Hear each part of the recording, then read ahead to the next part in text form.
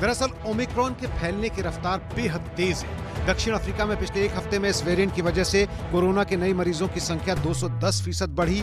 दक्षिण अफ्रीका के 3 प्रांतों में रोज मिलने वाले 90% केस इसी वेरिएंट के हैं, जो 15 दिन पहले सिर्फ 1% थे। इससे पहले सबसे तेज रफ्तार से फैलने वाला वेरिएंट डेल्टा था, जिससे दुनिया में तीसरी लहर आई थी। वैज्ञानिकों ने चेतावनी दी है कि नए ओमिक्रॉन वेरिएंट पर कोविड वैक्सीन बेअसर हो सकती है। यह जो है इम्यूनिटी को, जो एग्जिस्टिंग इम्यूनिटी है उसको बाईपास कर रहा है। कुछ लोगों को जो हुआ है साउथ अफ्रीका में भी या हांगकांग में, वो ऑलरेडी जो फुल्ली वैक्सीनेटेड थे, अगर उनको भी नेचुरल इन्फेक्शन को भी उनकी इम्यूनिटी को भी बाईपास कर रहा है, इम्यूनिटी स्केप अगर उसका भी हो रहा है, तब तो बहुत बड़ी समस्या हो जाएगी। तो हमें अभी इसकी निगरानी करनी चाहिए, इसकी कायदे से मॉनिटरिंग करनी चाहिए कि क्या प्रभाव होता है, और अगर ऐसा हुआ तब तो पूरी दुनिया फिर रिस्क पे आ जाएगी। यूनिवर्सिटी कॉलेज लंदन के प्रोफेसर दीनान पिल्लई के मुताबिक तो इस स्ट्रेन के बहुत थोड़े से सैंपल्स की ही जीनोम सीक्वेंसिंग हुई है, इसलिए आशंका है कि इसके फैलने की असल रफ्तार तो और भी ज्यादा हो सकती है। वैज्ञानिकों को वायरस का स्वभाव समझने में कम से कम 1 हफ्ता लगता है। अमेरिका ने 7 देशों से यात्रा पर प्रतिबंध लगाया है। तुर्की ने 5 देशों से यात्रा पर प्रतिबंध, कनाडा ने 7 देशों से यात्रा पर प्रतिबंध लगाया, यूरोप ने दक्षिण अफ्रीका से यात्रा बंद की, ब्रिटेन ने 6 अफ्रीकी देशों से यात्रा पर रोक लगाई। इसके अलावा जापान, सिंगापुर, मलेशिया, तुर्की, फिलीपींस ने भी प्रतिबंधों की शुरुआत कर दी है। भारत ने अब तक प्रतिबंध नहीं लगाए हैं। भारत में अभी तक इस नए वेरिएंट का एक भी मामला सामने नहीं आया है। हालांकि सरकार बचाव के तौर पर जरूरी उपाय अपना रही है। प्रधानमंत्री नरेंद्र मोदी ने आज कोरोना के हालात और वैक्सीनेशन के मुद्दे पर बहुत अहम बैठक की।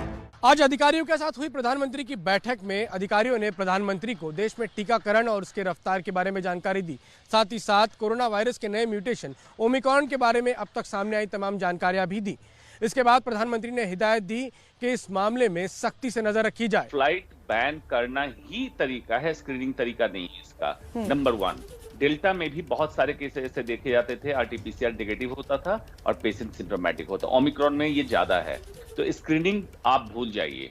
दूसरा, अगर विंडो पीरियड में है जिसमें आपका डिटेक्शन नहीं हो रहा है, तो भी व्यक्ति इन्फेक्टेड होगा, हमारे कंट्री में इन करेगा। इसलिए यूके, जापान, नीदरलैंड ने सबसे पहले फ्लाइट बैन किया साउथ अफ्रीका से। आज यूएस ने भी डिक्लेयर कर दिया, जिसके लिए अफ्रीका से स्टेटमेंट निकला है। ड्रैकोनियन स्टेप है अमेरिका का, ऐसा नहीं है। अपने कंट्री को बचाने के लिए हमें सख्त कदम लेना चाहिए। भारत ने सतर्कता बरतते हुए 12 देशों से आने वाले यात्रियों, ब्रिटेन, दक्षिण Africa, Brazil, Bangladesh, Mauritius, Botswana, Zimbabwe, New Zealand, Singapore, Hong Kong और इजराइल को जोखिम वाले देशों की सूची में रखा है। इन देशों से भारत आ रहे यात्रियों की दिल्ली एयरपोर्ट पर पूरी जांच और टेस्ट कराए जा रहे हैं। हालांकि अभी तक पुख्ता सबूत या डेटा नहीं है जिसके आधार पर यह कहा जा सके कि ओमिक्रॉन कितना घातक है और क्या ये उसी तरह फैलेगा जिस तरह खतरनाक डेल्टा स्ट्रेन फैला था। लेकिन खतरे की आहट को समझें और सावधानी बिल्कुल ना छोड़ें।